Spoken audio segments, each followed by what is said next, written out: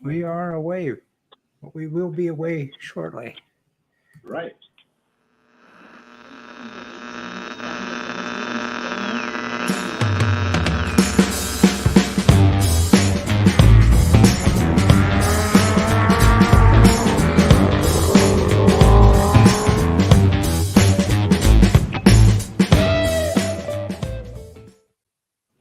Well, greetings, world, and greetings, 7 Spot. It is time. You know it's time. You know it's time. It's time to go way down under.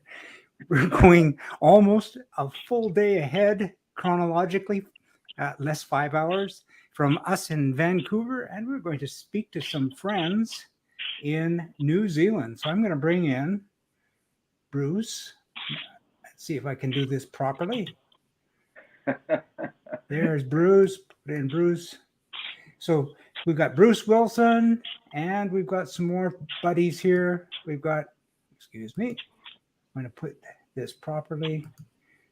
And Brian James. Hi, Jim. Can you hear Brian. me? I can hear you fine, but I cannot see you.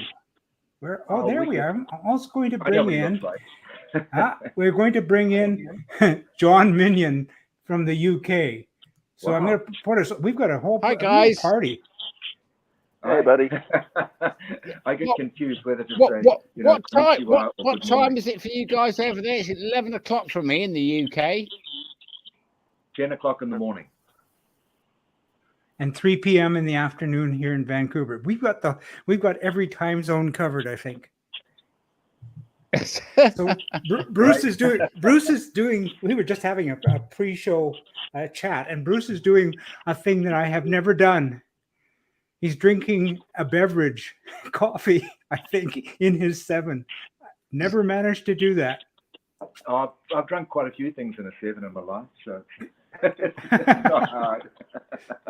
Well, greetings, world, and greetings to Bruce. The reason why we're here is to have a chat about something special, and it's something that I'm not familiar with at all. It's McGregor Motorsports, and you've got is it an SR7? SR7, yeah. I must admit, I didn't recognise the name, so I'm really interested to find out more about it. Yeah, well, since you're a friend now, you can actually call it George. That's okay too. That's what I call it. So George is your McGregor SR7, and it's like a sports race 7. Then you can you could just get the 7 too. So there's a kind of couple of varieties. McGregor's Motorsport, I think they're on 64 cars out of the factory in the last 25 years or so. Mm-hmm. And this is the first of the new chassis. There's 4 of these built, 3 on the road, and there's 2 more orders that I've started recently in the shop. Lovely. 2 more cars being built. I had the old McGregor, the 7, and that was built in 2009. Did it look anything like this one? It was orange. Let's see. Let's have a look. Did it look like that one? Yeah, that's my car. Yeah. Yeah. That's the one. Yeah. Now it belongs to someone by the name of Stefan Schmucki. Is that correct? Yeah. I had to do a lot of cosmetic changes on it because I built this one really through talking on the phone, and I didn't come back at all for this build. Yeah. And when I got it, it was basically a McGregor, but I don't like chrome. So the first thing I did was whip all the wheels off, redo them, throw away the muffler, redo it, put little black lights on, and there it is there, yeah. Wow. I did 31,000 kilometers. I must admit, I love the colour on that. I was about to say, that is beautiful, just beautiful. Well, it's a McLaren. Oh, okay. And that's paint. That's a painted body, yeah, not gel coat. No, it's painted body. Yeah. Painted, looks absolutely stunning in that colour. Yeah, absolutely gorgeous. The family heritage. My younger brother and I were going to build this car, and he was married into the McLaren family, so that's why we've got the McLaren colour. So I see. A no-brainer. The Bruce McLaren colour. It'd be rude not to. Bruce. Yeah. The McGregors, correct me if I'm wrong, but they're a slightly bigger cabin than your standard 7, aren't they? Absolutely. And Brian, the seats move. Yeah. Can you riders, yeah. Yeah, so you're more rounded. People can actually fit in. I've been very polite at that, yeah. How tall are you, Bruce? I got a guy yesterday, 6'2", and he couldn't believe it. He said, I tried to sit in a 7 before, couldn't get into one. Yeah, I just finished doing a big tour of a car show over the last weekend with a mate who's in 7 spot, and he's well over 6'2", and he's building his own with low cost 442 frame just so he can fit into it. It's not easy for big guys. Yeah, the cockpit side inside it the footwell is wide too. I still think they're going to squeeze another 10 centimeters because if you pull another 10, we don't need the tunnel that wide. Yes. So that's true. It's just easier to get to the belts and adjust the belts down low. And when I obviously drop my phone down, it's a bit tricky trying to find the phone under your seat or something. Yeah. And how do you find the footwell space? Oh, this is much bigger. I can jump in. I can jump in work boots. No kidding. Do that. I can't do that in mine. No, I can get in here in work boots, and the guys get in. But there's plenty of space. Pedal space is pretty good. They had to build a new pedal box for this car. This was we had a lot of things to jump through on this car. These guys, I think I drove the fabricators crazy with all sorts of things. So, yeah. You kind of. And yours has got the K24 engine, is that right? K24A motor, yeah. And what about the orange one? What engine is that? Mental K24 one that you can get from 4-Pot Racing in the States, 1,000 horsepower. Yeah. I know. Yeah. I'm actually holding on to my pants, and this. Well, that's just it. I mean, I've been confronted a lot of times about we've got bike engines, John and I, in ours, and people have said, why don't you put a big torquey car engine in it? And I said, well, we're not hauling freight, No, not. Yeah, exactly. we got a Yamaha R1 engine hours. Really bad torque, but it revs to 13,750. But absolutely mental. Wales. Well, it's last of it's 2008 engine, so it's last of the flat plane screamers. But the K24 Jim, that rev to 9,500 revs, I think it was, which is very close to bike engine territory. Almost. All day it'll rev at that. It'll just on the dyno. I did kind of again held my pants when I was on the dyno. It's not a pretty thing to watch. You just had the engine rebuilt. It's a different feeling, John. It really is a different feeling it's a different feeling when you're driving a K engine and you get that second set of cams and they spool up. I mean, you can literally feel the vibration running right through the vehicle. It's really amazing. They're an incredible motor. I'm not biased because I've lived in Japan for the last 24 years or so, but they are a great motor. Yeah, no, I love it. My son's got a 2 S2000s, and he loves it. He just loves it. And I got to drive it, and it's the closest thing to having, I got a Hayabusa in mine. It's the closest thing. Yeah. Yeah, the variable valve, when that comes in, it's just like... but it's a kick in the pants. It's a kick in the pants. Absolute kick in the pants, yeah. So, Brian, if you want to come up, Brian, you're more than welcome to come up, and the car sits here. My daughter doesn't drive it, and I'd love guys to come up like you and take it just for a drive. You shouldn't say that, because I'll have to take you up on it. I just said it. I was explaining to Jim just before that we've recently moved from Auckland, and I sold up, and I had a big garage in Massey where I was living, and we've moved down to Tamahiri, which, as you can probably see by the background, I've got lots of open space, but I've got no garage. So all my projects, and I've got 3 chevrons on the go, they're all on hold until I have a garage built. So I'm getting withdrawal symptoms from having a proper car, driving a proper car. Well, my daughter luckily bought this new house in Titirangi, which what I'm sitting in now was a bedroom, and we knocked this whole thing out here and made it. But because she's got a big car, that's why I got the little hydraulic lifts to lift it up, push it across into the side. But it's dead easy. It's 10 minutes, and the car's stacked away. Wow. But it kind of works out. But in Japan, ironically, I've never owned a Japanese car. Really? In New Zealand I did, but not in Japan. I've got you'll hate it. I've got an 86 roof non-turbo wide body Porsche. Oh, wow. Brilliant. Oh, nice. That was my project. And then I drive a variety of BMWs. Yeah. How is that driving on the roads in Japan? Incredible roads. Driving here, as Brian will say, I'm just looking for every damn pothole on the road. Yeah. It's got. We've had such wet weather in New Zealand. But in Japan, once you get onto the freeways, I think that I just did. You look on my blog, I just did 15,000 kilometers of coastal driving. Wow. Oh, wow. Beautiful. Yeah. I just, I love driving. So any excuse to go out and say, look, I'm going to drive 6 or 7. That's because I lived in America, going to school in Utah, and hanging out in Los Angeles. I'd say, okay, it's only 30 an hour, let's go. Just drive back down. Yeah. Wow. Absolutely. Fabulous. Now, for those people in the audience who are not familiar with the McGregor, is there any chance that you can do a bit of a walk around and give us a bit of a peek? Sure. I'm not familiar with the McGregor at all. Those seats as well. Can you have a zoom in on those, because they look really comfortable? Well, they're not bad. They came out of England, and I'm just fixing these up here because I'm going to put some new tape in, and I rebuilt these seats a little bit. But they are super comfortable.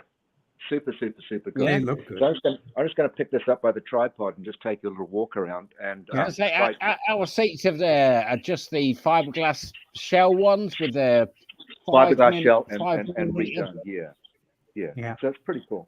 We'll go across here. I can turn this around, and I should just turn this on so I can watch what I'm doing. I don't know how to do this. What do I do with this camera? Yeah. I think that you have to go to settings and you go to the rear camera. Yeah. Okay. And rear camera, go to back camera, and that should be okay, I think. Yep. All right. Okay. There we go. There we go. Yeah. Now you can see what we're looking at. Yeah, this is the Honda motor. It's pretty tight. It's all in here. Yep. A little bit of a. Yeah, it's kind very tight the engine bay. That is. It's just in. You can see there's there's a little rub here, but it's not too bad. But otherwise, it all kind of slickly sits inside the car. Yeah. It's all inboard suspension. This is all new design. It's all inboard, yeah.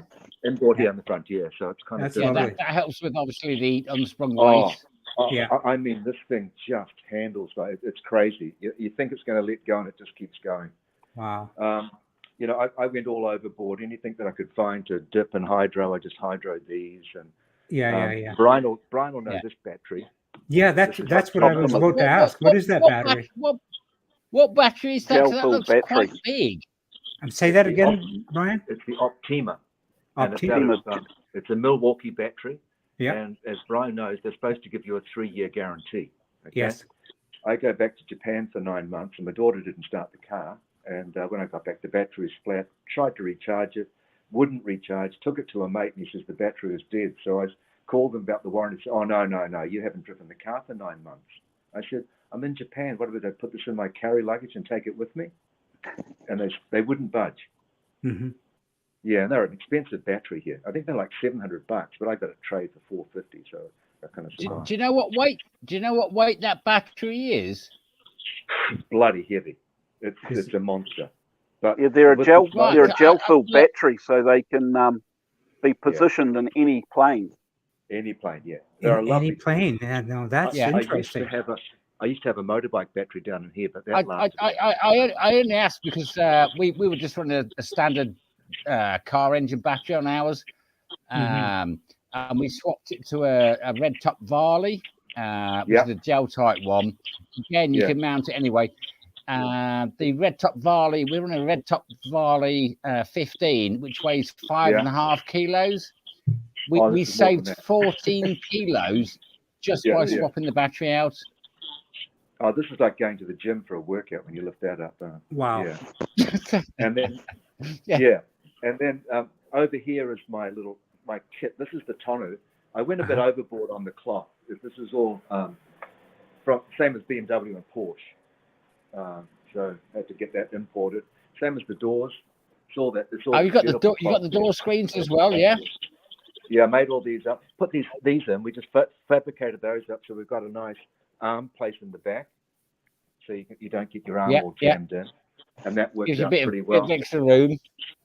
Yeah, and the tonneau goes on really well, and it zips in half here, so I can have my passenger side covered, and this part tucked underneath. And when I go to park the car, just pull this over the top, and it kind of locks the car up a bit. And this is what I carry in the car. That's my kit. Wow. Pretty fun. And Brian, these are these jacks, these hydraulic, they're pretty easy. Yeah. Basically easy. I made this for the son-in-law, George Lift, where to put it. I've noticed your trolley jack there as well, and people make a big mistake of when they buy a trolley jack, they actually can't get it underneath the chassis of the 7 because the 7 is so low. Yeah, you got to just buy the low ones. That fits in really easily. Yeah. But having this across the back, I just put that across the back member, and it lifts the whole car up. Yeah, absolutely does. Yeah, and this one I played around with this idea here. Brian, you can use this idea.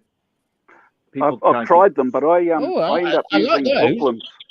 You see that? And just what I did, I was driving along, and I kept pushing it out till the wind didn't hit my face. Yeah. And then bent the clip to where I needed it to go. Ah, okay. Now, I mean, when it was in, I was getting buffeted. I kept pushing out.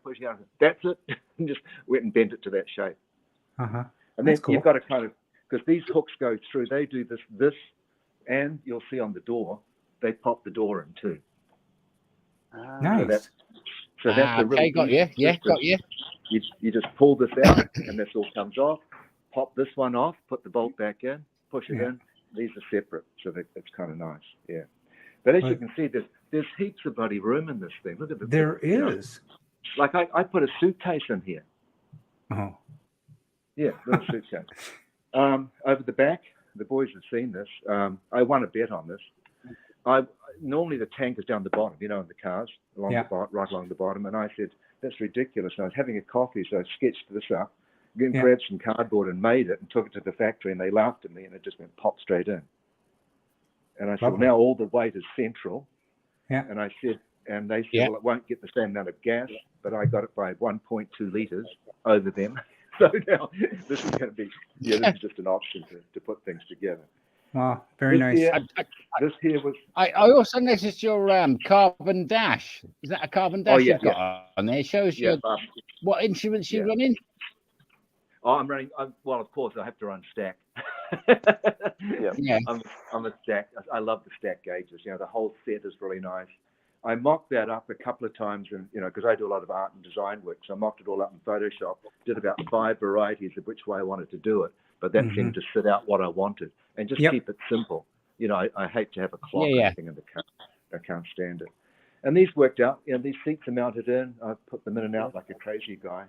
And this here was the major challenge because I wanted to waterproof the car properly. So we came up with a new idea.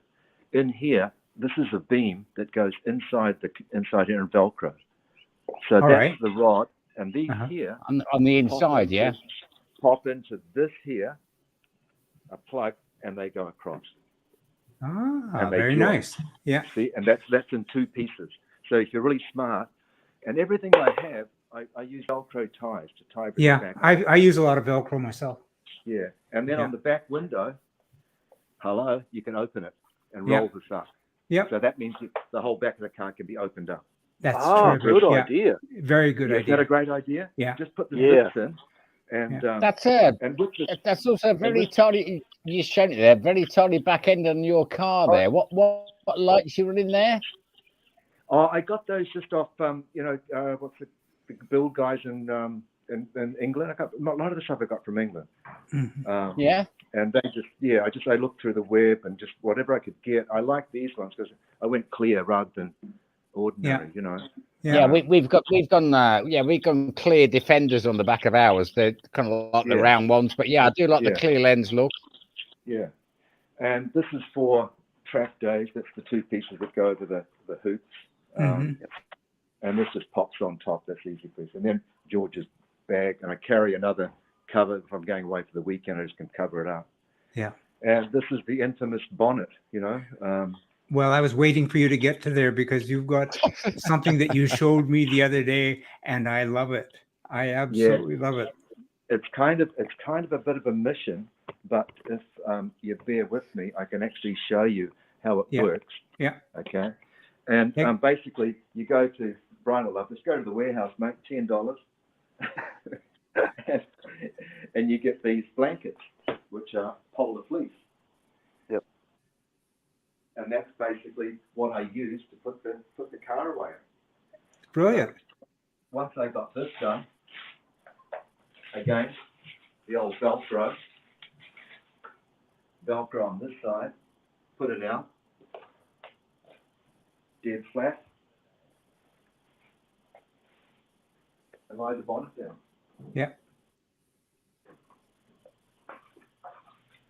Bring the Velcro across and pull it up. Yeah. And then just use all these elastic band things to cover them over. Yeah. So the guys think I'm mad, but I think it's quite cool. No, I think it's lovely. Yeah, and it works, and it's secure, because I had one of these blow across the car park and a little bit of damage to the car. So a little bit of damage to this, you know. Mm-hmm. So it's an overkill with all of this, but once you get it done, it's kind of cool. Yeah, it's absolutely fabulous. And I like the latching system that you have as well. That's brilliant. Yeah. And that's I've not seen that before. Can I have a close up of your latching mechanism? Well, that's just a racing latch on top of cars, but because you know people think that these have to go flat on top, but actually the hinge goes down, so it's perfect when I pop it in. Hinge just pops up onto it. Here's the hinge. I'll just take you across and show you the hinge here. It is absolutely brilliant. That's the location pin. I won another bet on that. They said it couldn't be done. Yeah. But, you know, who am I? I'm just a dancer, you know. So the guys don't know that, do they? And that just goes across, and that's kind of my little tucked up. Yeah. You know, you can get all kind of fancy, but I just made a whole lot of rubber bands the same size and just go down, just pull them around, and they hold the whole thing together. So that in itself is not going to get scratched, not going to get dented. Absolutely brilliant. Yeah, and that's it. Covered up. There you go, Brian. Perfect. You've not got like a bonnet scoop in your hood. No. Well, that's really the bigger question. Is I mean, it's a K24. I'm interested. K24 is a fairly tall engine, and it all fits underneath. That's a piece of engineering magic in itself. And we've still got ground clearance. Do you really? Yeah, we've got 105.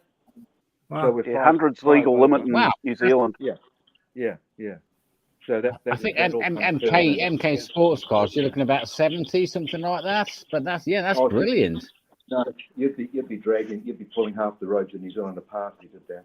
I love McGregor, what they're doing there. Now that's the thing. The McGregors are physically a slightly bigger car. They are. Aesthetically, they're exactly the same as what you would see, and you wouldn't notice the difference until you put it up against a similar car that's, say, proportioned to the Caterham or so on. Yeah. So being slightly bigger. Side by side, you do, Brian. Exactly. I've had these side by side at Pookie. And what's the wheel stance as well? Because we own an MK, and as far as I can work out, it's one of the widest stance cars out there, certainly on the front end. It does look quite wide. It is quite wide because the car's a little bit wider than most. That's why we've got that the weldment. But you're only talking 10 to 15 centimeters, but that's made such a difference. Wow. You know, getting a foot in and a foot out. Yeah.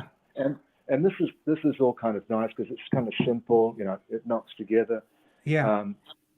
Windscreen wise, this is another idea here. Most guys put those stupid buttons up here, which leak. Yeah. This is a piece that goes up into here. Can you just turn the camera just slightly so we can have a peek at that? You've got no buttons, but how is that secured? I'll show Oh, you. that's a piece of an aluminum sleeve. Exactly. Perfect. Yeah. And here it is here. Yeah. We're using flexi plastic. Yeah. That's brilliant. Yeah. So when you pull that up, you got the tension. You just pop this one here, that one there, and then pull your bars, and it's all done. Yeah. I did that on the side of the road in 10 minutes the other day. Yeah. That's lovely. Yeah. Really well thought out. Yeah, it kind of works. And obviously we started it. I want to start it once for you, see if it works, and drink my coffee.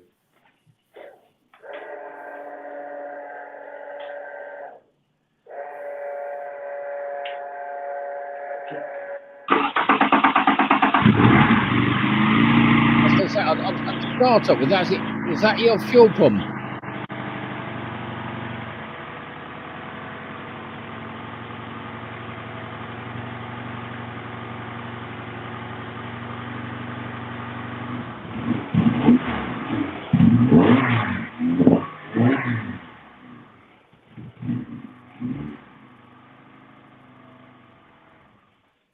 Lovely.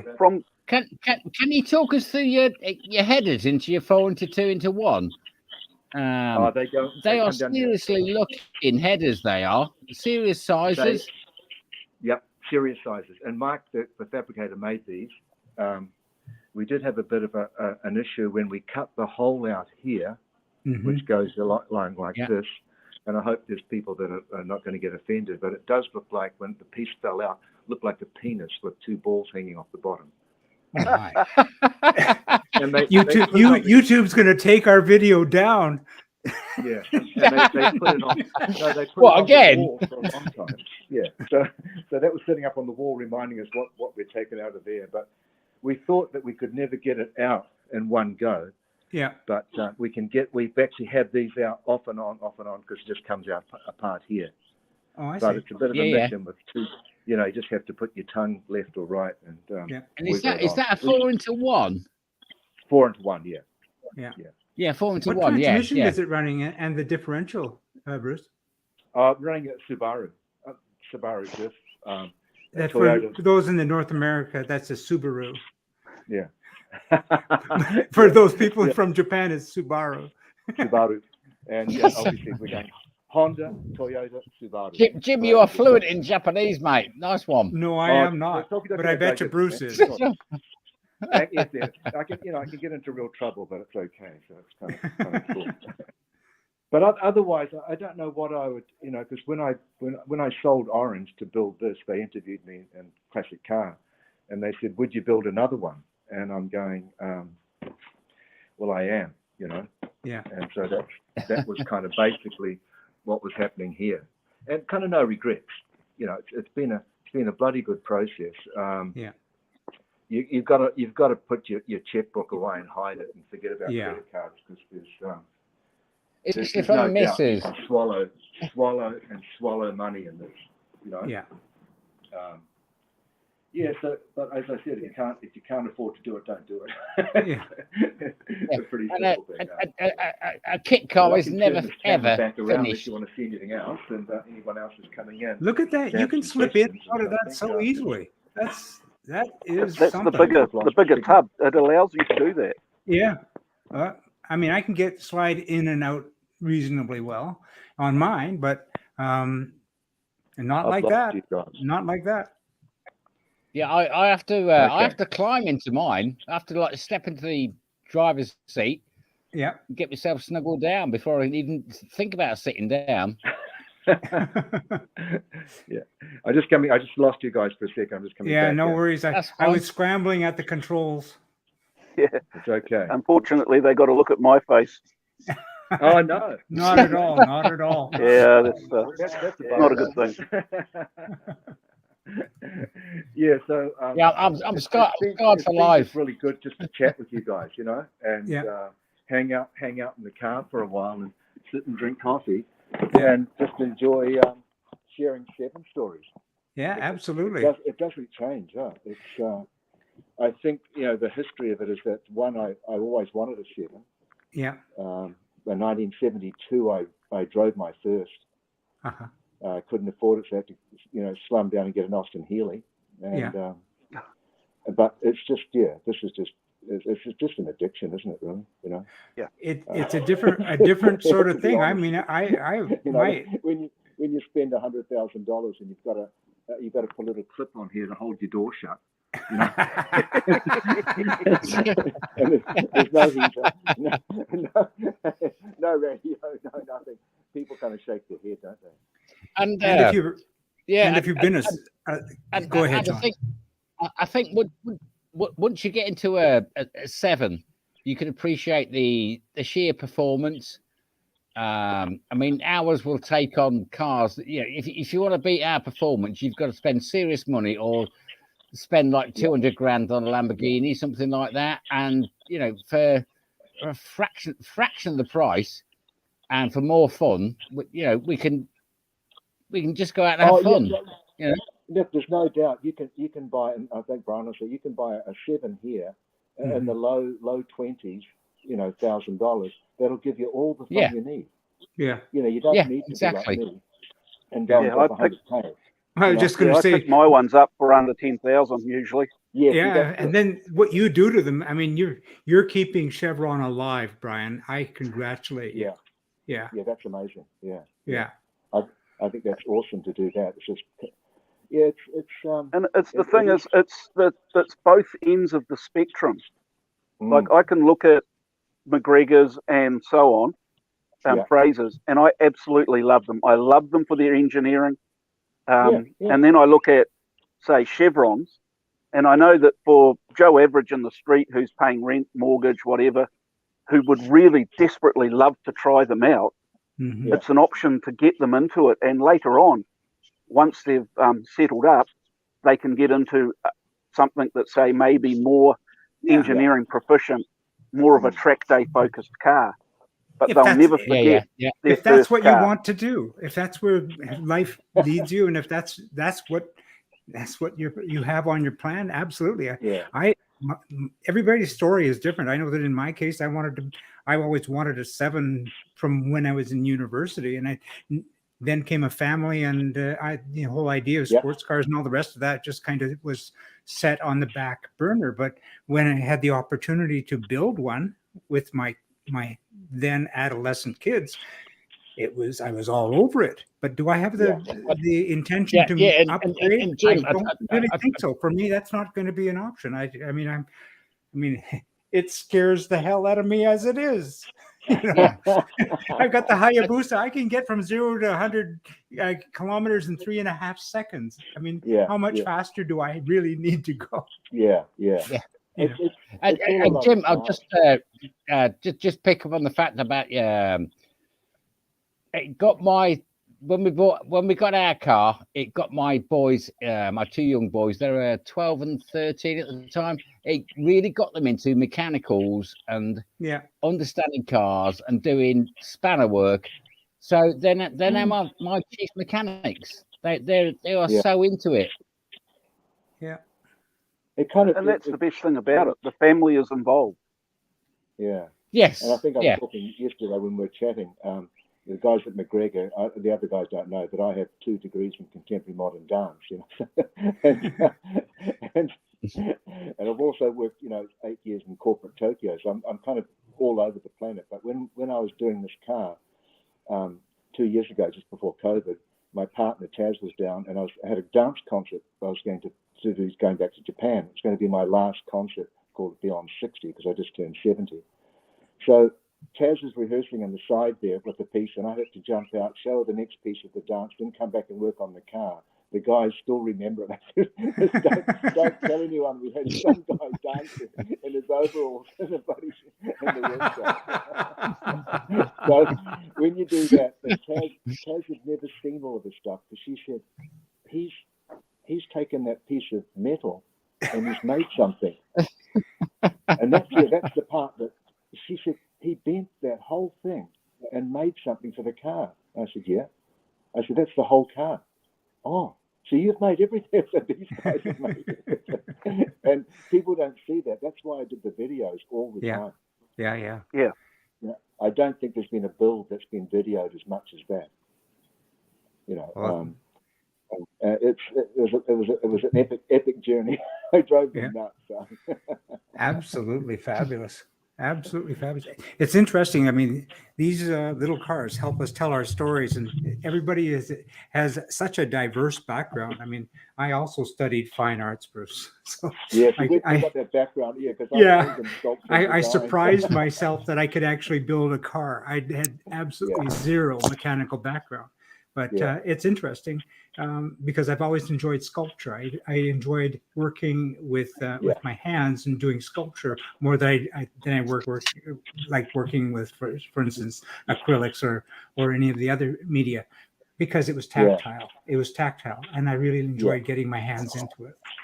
So, I think Kiwis feel like, I built my first house when I was 26. Mm-hmm. Wow. And I built a pole house at the beach at Wainui Beach in Gisborne, and that got awards, and I said, I'm just an artist. I'm not I'm not a chippy or builder. Yeah. But I said, I can read, and if I read something, and I can build something. Yeah. And basically that's, and then making a dance is basically having an idea, like building a 7. If you got the lines right. Yeah. Yeah. And it starts from what you've got here. Yeah. I've had the same situation myself. I mean, if you can see what somehow if the vision exists and you just move forward into it and it evolves, just like it's amazing. It's like having it's the vision and the passion. Yeah. Like dedication. If you've not got passion, don't bother buying a kit car.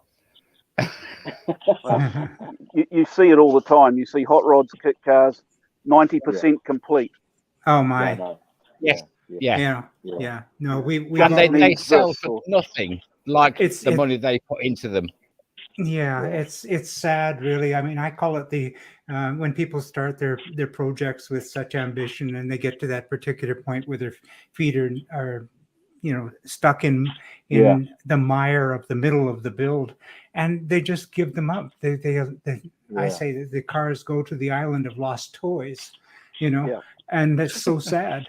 I mean, it's demoralizing for them. It's the Kaizen theory. Every little step forward is still a step forward. Yes. Yeah. Exactly. You just got to plod on. And sometimes you have to have that right person in the corner to point that out. And I know that when I was building mine, I was, there's points where I really Jim. I know you mentioned you had some tough times with the oars, where I wouldn't say you nearly gave up. No, I didn't give up, but I just didn't see myself moving forward. And so you get to a point where you just kind of not the ambition to go to the shed and then pick up a spanner or in my case I was cutting aluminum and welding and that sort of stuff. The energy just wasn't there, but it just like you said, Brian, I had that person in my corner saying, just I'll just go down there and I'll just be with you and just do something, and it really. I nearly chucked in a couple of times even on this, but there's a lot of other things. COVID was an issue with getting in it, flying backward and forth. Certification, Brian, was a bloody issue. Oh yeah. It's a nightmare, but we got through. But we're just talking about yesterday about the cars and thinking. People say to me, well, "You've got this really classic Porsche, 86 Porsche, and they're bloody hard to get. I get offered a lot of money for it. Which do you like more?" And I said, "It's not about which I like more. It's what car I'm in at the time." Yeah. Yep. And I love washing the Porsche because the lines on that thing are just stunning. It's sexy. It's gorgeous car. To wash. Yeah. And I had a great story that people said, "Well, what other cars do you drive in Japan?" And the lady who I danced with for the last 20 years, she said, "Oh, I want you to go down and drive my uncle's cars." And I've known this guy for a long time. I drink with him a lot. And I knew he had a couple of cars. So we go down there, bottom of the island, Shikoku, and goes up to the garage, opens the garage up. There's 35 cars. 35 in Japan. Cars. Yeah. Yeah. And so I said, he said, "Which one do you want to drive first?" I said, "I'll drive the Magnum Ferrari. Then I'll move on to the Lamborghinis. Then I want to try the brand new Rolls Royce, then the Aston Martin, and then I went back to some of the classics. I spent 2 days there. Wow. I drove 150 kilometers to pick up some fish in a Rolls Royce. You know, and you can't like people say. I took the Lamborghini to the convenience store, and I was the only foreigner in this village, a small place. He's quite well known, so they knew me by the time I was driving around. That sort of thing. But he has that passion. Yeah. And he said, I go out and I just spend time with my cars. He makes soya sauce. He built the whole factory himself. Oh. So that's a good story too, you know. Yeah. And I see cars all the time in Japan because I go driving back roads, and I saw an RX-7 the other day. I know I could get it for $500, maybe $1,000. And you know what they're worth here. Anything with a meter of grass outside the garage, you know, hasn't been driven. My Porsche, and you guys will hate this. I found it when I was running, lifted the tarpaulin up, and I says, "Holy hell! It's a roof, non-turbo, wide body, 86." Wow! I knew it from this one. So I blocked on all the doors up the road and found this old Japanese guy. And so I took my partner up with me at that stage, and she said, "Yeah, we're a family. We haven't got much money." So I had $20,000 in one pocket and $5,000 in the other. And 2 months later, I got it for the $5,000. Proper wheelie dealer. Yeah. No kidding. Really? No kidding. And I dragged it away. Had 64,000 kilometers on it. One owner. He had the papers for the whole roof conversion in LA and a roof dealer. $98,000 US. Gave it to his son, who didn't drive it hardly. It had a scratch on every panel, little pieces. Pulled the motor out, sent it down to my mates who were race guys in Japan, and they put the motor back in. It's fine. I spent $20K on it. Yeah. To get it. But you're going to spend that on buying it.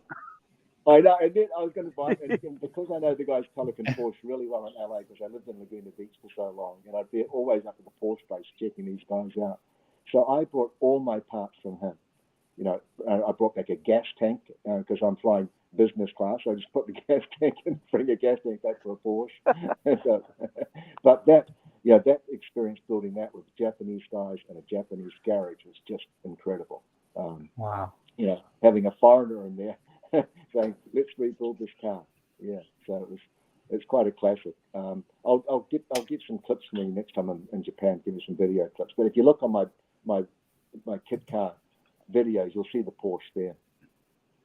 So, we got a Facebook user who's adding a point here. It says, "I built a K20 powered K7, and it has won at least a dozen SCCA National Championship awards. Great engines." Yeah. Wow. Yeah, the K series definitely great engines, and to get 1,000 horsepower out of a K24, that is some going. And Andrew Butcher is asking, do you know what the final weight of the car is? Here's the story. I'm just going to get my license plates on. They said, "What's the final weight of your car?" And I said, 627, 624. They said, "No, you got to have it in writing." I'm going, "What?" And there's a place called Metal. Is it Metal Makers or something in New Zealand? Metal something? Yeah. Brian, I think so. So they told me to drive over to there, and I drive up onto the bay, and I said, "Well, how much are you going to give me for the car? Because it's a scrap metal yard." And the lady says, "What?" I said, "Well, could you just weigh it for me?" So she said, "It's normally $25 to weigh it, but if you go out and light it up before you leave, I'll weigh it for you for free." And so 625 kg. Very good. Go out, light the car up in the car park for the boys, run back, give the paper over, and get the number plates. Perfect. The previous question about the weight might have been referring to the engine, the weight of the engine, K24. I don't know the difference in the K20, K24 weight. I think the K24 is supposedly heavier, but I don't know. Don't really know. know. Look that one up. You know. Yeah. All I know. Jim, we can touch base with XCS Designs. That they will know. Oh yeah. We'll find out. It's easy enough to find out. The point is, like, it's going to go like a scalded cat. That's really the Now I would think, but the difference between the K20 and the 24 isn't so much horsepower; it's torque, as I understand it. Yes. Yeah. Yeah. And torque. and it must be a challenge to you mentioned not light up the tires all the time. when you're driving that thing, what is your experience? Jim, come on, Jim. We've all done it. We've all done it. Yeah, I think you might have seen the clip on YouTube of me with that lady in the car, and I shouldn't have done it, but I did. Didn't have seat belts on, had nothing. We were in a cul-de-sac, and she'd never been in the car, and I didn't even get into the power in first gear, but it snapped sideways, and she just went backwards, arms up. And he said, "Get me out of this car." You're not careful, you will be getting out of it. I know. I thought, Jesus, it was, But I think, I drive around town, going to the city, into Ponsonby and cruise and have coffee and, stop up at Titteranga and have a beer and get back in the car and drive home. You can cruise around. There's no doubt. Not as easy as the orange car, with a little Mazda motor in it. Mm-hmm. I think if you're going to drive around in the city, this is a bit of a beast. But if you drive around but it's a civilized sounding beast, because I noticed on the orange one you had a glass pack. Yeah, Did you not? Yeah.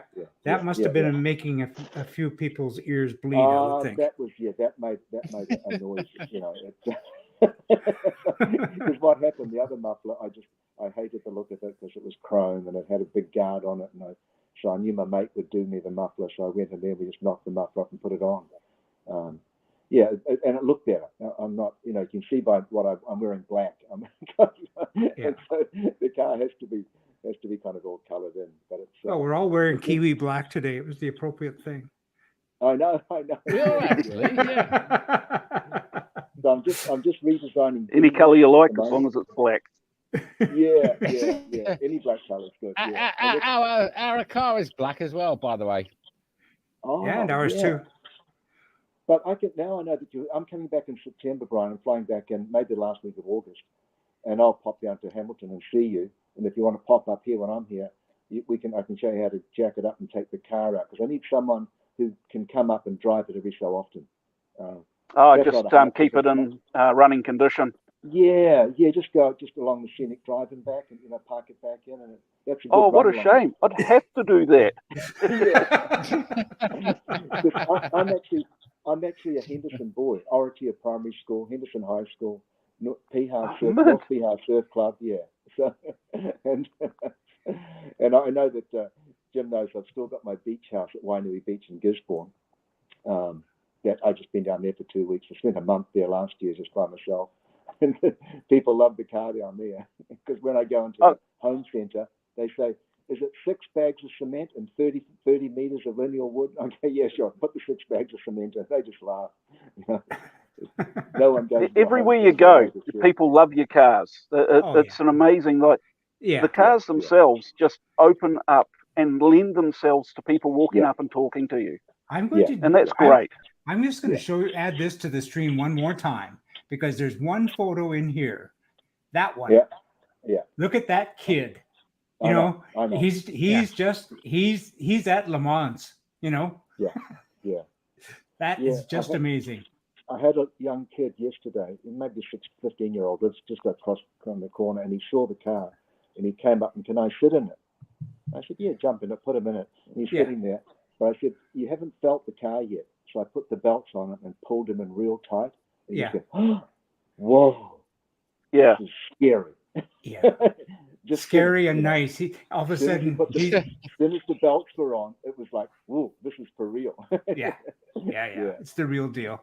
I must admit, when we fill up at petrol stations, I can there for half an hour, because people will come over and say, "What is it?" Yep. Yeah. And then, It's great interest in them. Yeah. I think just the following, because if you stop anywhere, like if I go down to Mission Bay, which is one of my favourite drives to go driving around, I'll come back and there's people all over the car. Used to be people inside the car getting photos taken. Yeah. I've had that. And that's and you might have noticed on the front of the car, my number plate swings. It's on a hinge. Oh, I did not notice that. No. Yeah, because it clears. It just pops back. Okay. It'll otherwise if it hits curbs and stuff like that. All right. It's an illegal one. I made that number plate because I got another one for the back on the seat. Speed cameras love those sort of number plates. I got stopped by a cop in the orange car, He said, "You haven't got a front number plate." And he saw me coming towards him. So I stopped. He turned and came up. And I said, "Well, it was there when I left home." And he walked on front and it had fallen back down the hinge. He said, "Oh, you have got a plate." I said, "I've always had a plate, mate." Yeah. Because it had tucked back up at speed. Oh, that's a brilliant idea. That's a brilliant idea. Boy, you're Not that Woodward promotes imaginative such area. a thing. Yeah. It just because otherwise you know that it's going to hit something. It could when you park somewhere or something that's low. Yeah. And so I just on a hinge and it flings back out of the way. I was a bit worried going through those toll things here where they pick up your back number plate on the front for paying toll. Yeah. So I thought for my last car. Yeah, for my last car, I had the number plate angled bottom forward to allow it to push air up into the radiator. Yes. Yeah. And again, the police weren't overly keen on it, and I was like, "Oh, no. It's just the way it is." Yeah. It is. They should just leave me alone. I'm just driving the car. But it's surprising. Everyone asked me, "Does the car run cool?" And I said, "It runs dead cool." You know, the guy who built my radiator in Christchurch, I think he's the best in New Zealand. Yeah. And just the way we got it ducted now, we've got a new duct coming from the front. Well, that was what I was going to ask. It's ducted, is it? Yeah, it's ducted. Yeah. And that it just runs. And I'm always kind of like speed science guys. They just give you really good advice up in QMU. I've known Adam since he was in a little shop down in Te Arotu Peninsula. And because I fly to the States. And this is the speed science guys? Yeah, good guys. Great. Yeah. I'm running an AEM computer, so that was an issue too, because no one else was running them here, and so we didn't have a loom. The loom didn't fit, so basically I was going to buy a loom. I was going to fly to California and buy another loom, but luckily we had a couple of people. Actually, he flies to Air New Zealand. he came and pulled the loom apart. Yeah. And all of a sudden there was a pile about a meter high. Yeah. Stuff, and then there was the little loom that we got the whole thing going. Yeah. That's a huge mystery to me. I always have this sort of a mental breakdown when I think about that, and just all of this wire's got to go to that wire and this wire's got to go to that wire. I mean, John and I know because we both have bike looms in our cars. Ooh, know. And we have a bunch of spaghetti under our dash. Oh, look. I actually have two bike looms. I actually have two looms in ours because our car was a Ford Sierra. My goodness, Pinto that's engine. right. Yeah.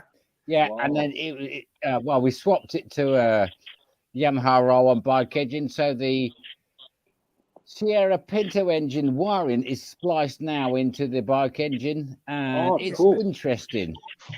Yeah. It's interesting. Is how she'll put it. Yeah. No, that's the other. You just spent hours. I just laid the whole loom out right across the whole lounge.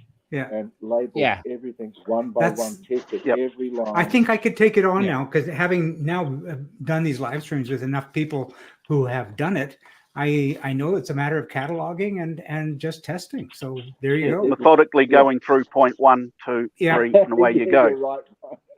Yeah. But we're in a hurry, mate. Yeah.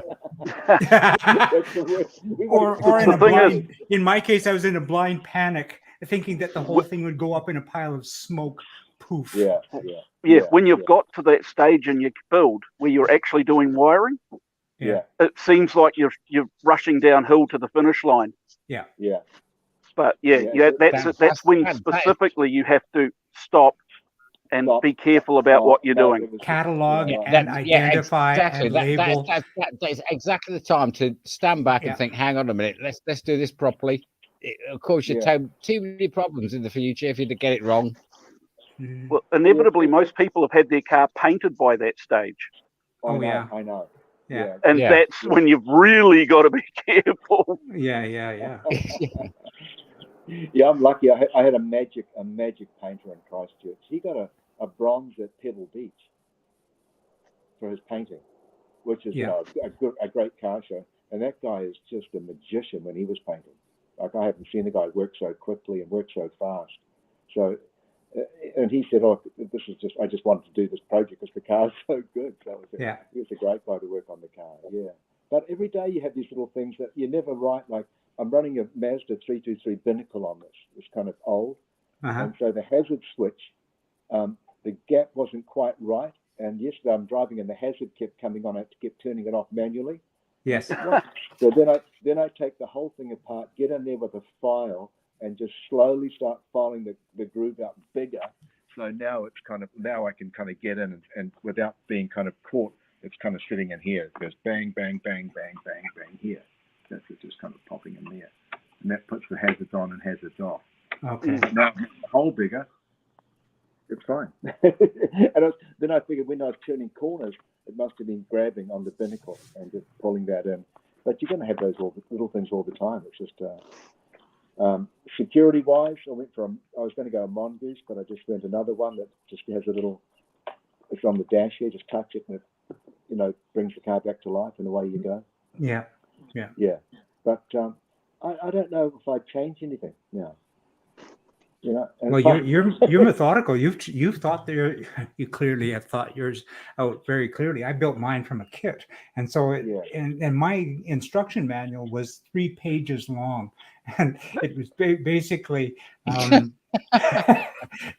it was just like, here you go, good luck. You get more pages in an airfix kit, Jim. Because Jim, you get more in an airfix kit.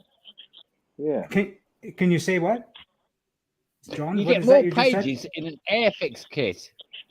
Well, perhaps. I mean, I'm not knocking the builder. The builder was brilliant. And in my case, I mean, I built mine 16 years ago.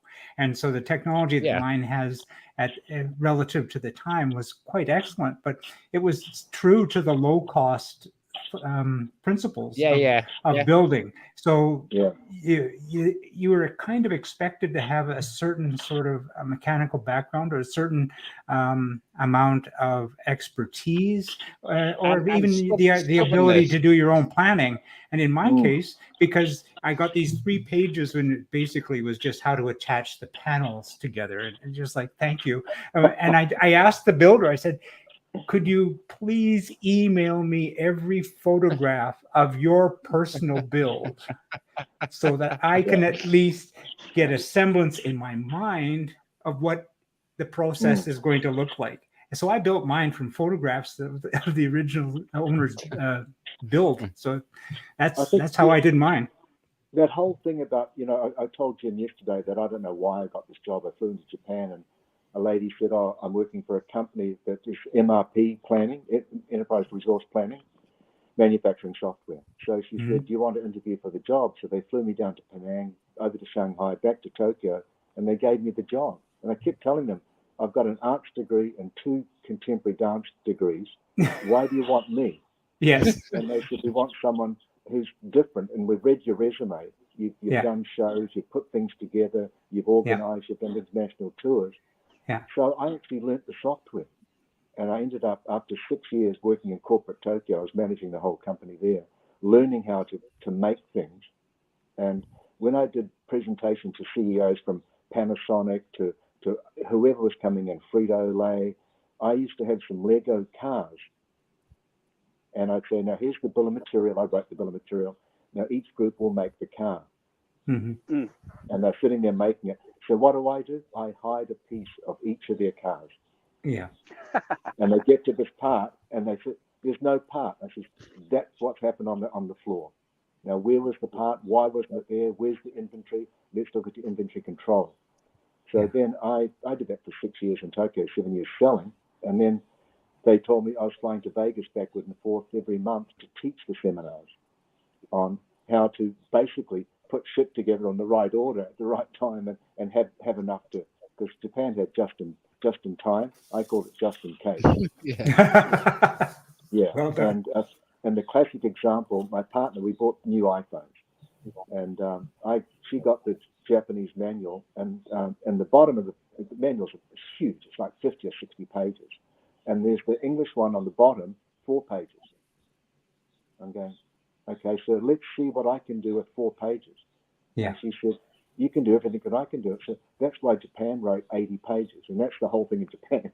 You get used to having, and I think the Kiwis and us, we just kind of go for the things we know and just go step by step, step by step, step by step. Yeah. And I wrote a job material for the McGregor guys every day. This is the things we're doing, and if we don't get it done, I don't check it off. We go back and do it the next day. And so you just work through the process. It's no different baking a cake or following a recipe, and building a car. Yep. If you can read, you can do it. If you can, it just takes time. Yeah, and it just goes back to what Brian was saying, and what John was saying is just do a little bit. Every step forward is, even if it's little, it's a step forward.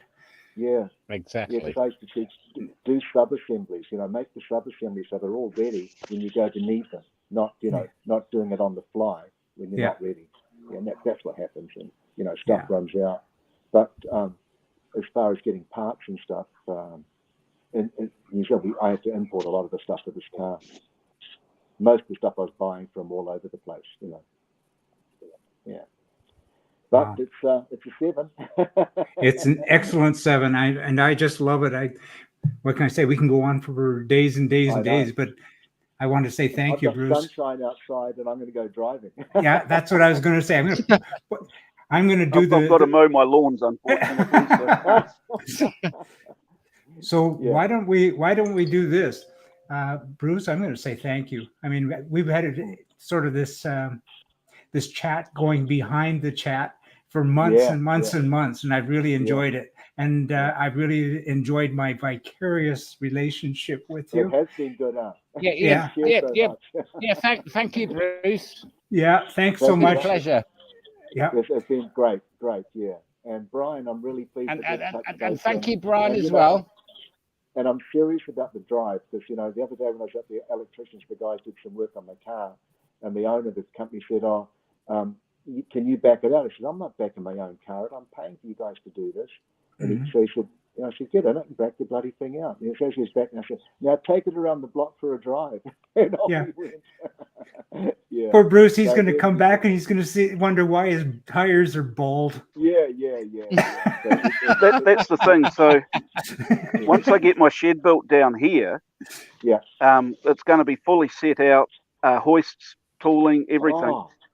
Anyone with a kit car is more than welcome to come along and use it.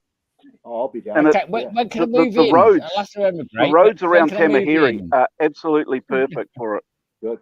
And the photos you sent me, Brian, of your place, it gobsmacks me. It's just like so amazingly beautiful, and yours too, Bruce. By the way, I think Kiwi New Zealand would be a nice place to live. Yeah.